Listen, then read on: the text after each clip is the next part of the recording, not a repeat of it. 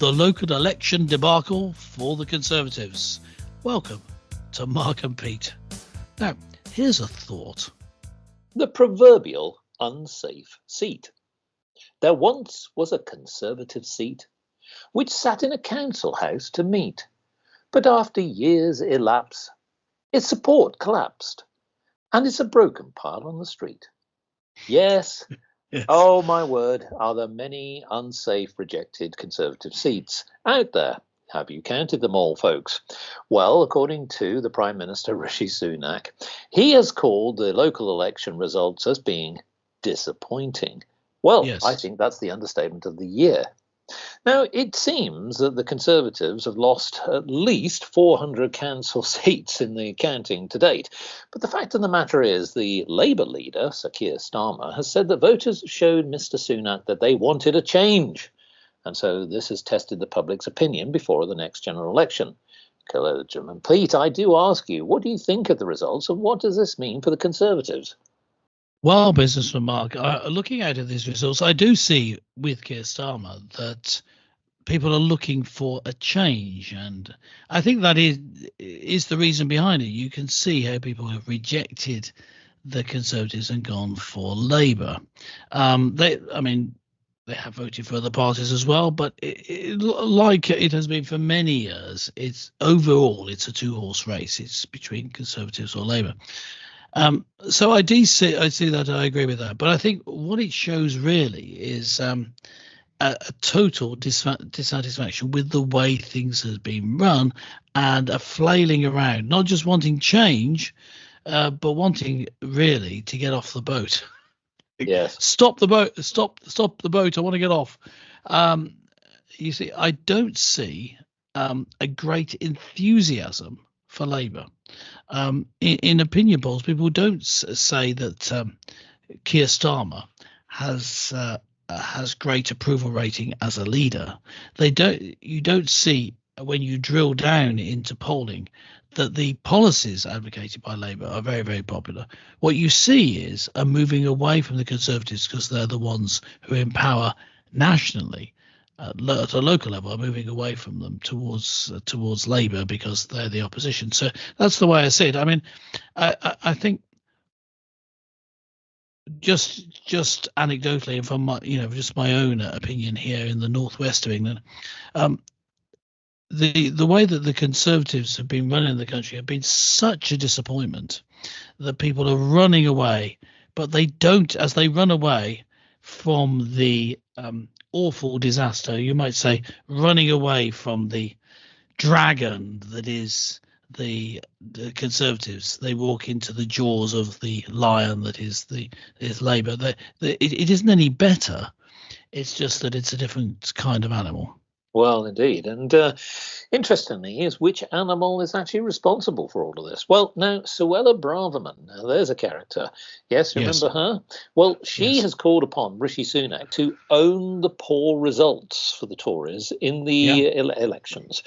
Now, as we know, the council elections are very different, of course, and really play differently to general elections. So the point being for our international listeners, many people will be voting for local issues. Sometimes it's about the issues they have, about the upkeep of their local communities, the crime that possibly is happening there. Maybe it's about the concerns over their bins not being taken away. But here's another factor as well. So as we've seen leading up to these council elections, that some councils are basically broke. They're rogue. They owe a lot of money. And whether you like it or not, a lot of them were actually, in fact, Labour councils. Take Birmingham. They're in terrible debt. So these local councils, you could argue, is a little bit of a therapeutic opportunity to say, OK, time for change. That doesn't seem to have happened. But here's the thing.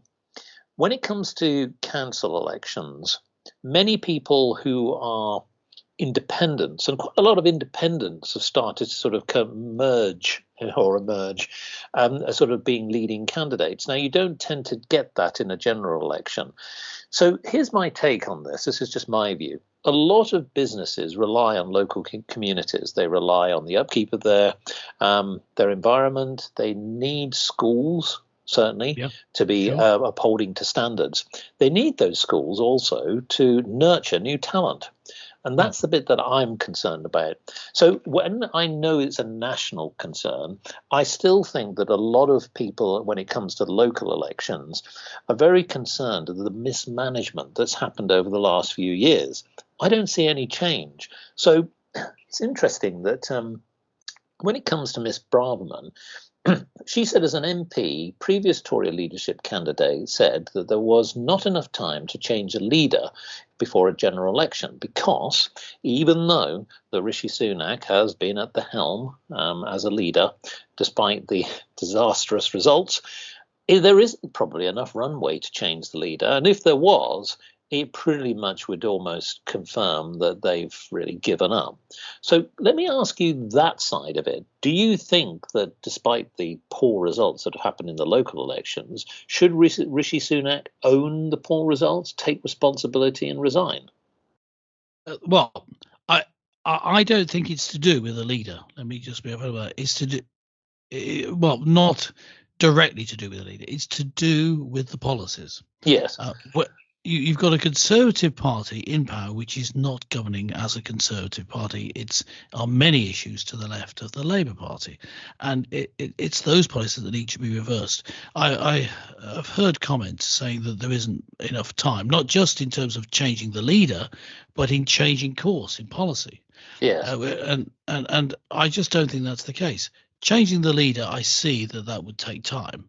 I don't think it's about changing the leader. It's about changing the policies, about getting some a backbone, making decisions that will cause shockwaves, that will cause people in the press and people you meet at dinner parties to literally hate you, but will cause you to be re-elected. Can you get a backbone, get some testicular fortitude, as it's sometimes put, and make decisions like when people turn up to Britain and they enter illegally, have it such that they are sent away. They're not allowed into the country. Yes. Will you? That has never been done. They just will not do it. Yes. Will you put a moratorium on all immigration, by which, of course, we don't mean migrant. We don't mean someone, for example, coming to work temporarily with definitely a temporary visa where they have to leave at the end. That's different. Immigration, people coming to be permanent in the country, have a moratorium on it for 5 years. That sort of thing. So proper, real, decisive action. In terms of the economy, do something actually conservative. Cut taxes, for goodness sake, do it. Cut taxes, cut spending, make you unpopular, but people will see you being realistic and tough. If Rishi Sunak were to say, I hear you, we've been going wrong, here's what we do, and actually did those three things, are just three policies that could change. It could be done. It would change around so quickly if he had an election at the end, towards the end of the year. He may well get back in. I mean, still, it'd be difficult with all the ill feeling. If he doesn't do that, then I'm pretty sure he's going to lose. Or, and here's where my little doubt about that, because in the past Labour have been very good at snatching defeat from the jaws of victory. Yes, we have seen that in the past. Yes. Yes, and the Conservatives are just an election-winning machine. We forget because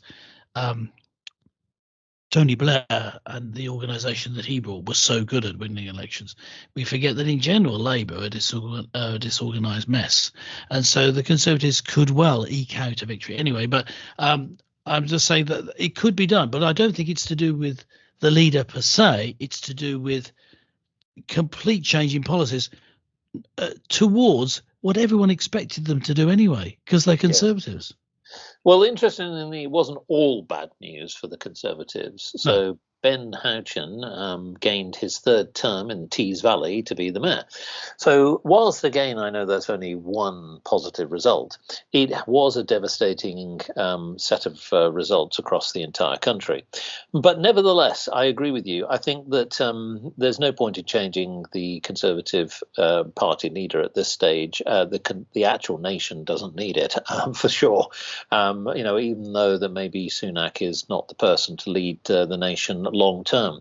But I'd agree with you. I think that there is a worrying scenario, which is the not necessarily a campaign slogan, but it's it's either Sunak or Starmer, and it's basically which is the best of the worst, isn't it? In that scenario, which is a horrible thing to have to to put to the electorate.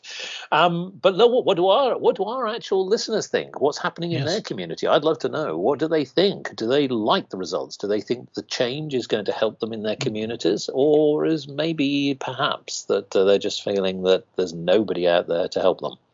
Yes, Labour, Conservative, or none of the above. What do you think? Let us know. Go to markandpete.com. Make sure you're subscribed and then leave a comment on this or any episode. And we'll be sure to use your comments in a future episode. But for this week, it's goodbye from Mark and it's goodbye from me. Catch you next time.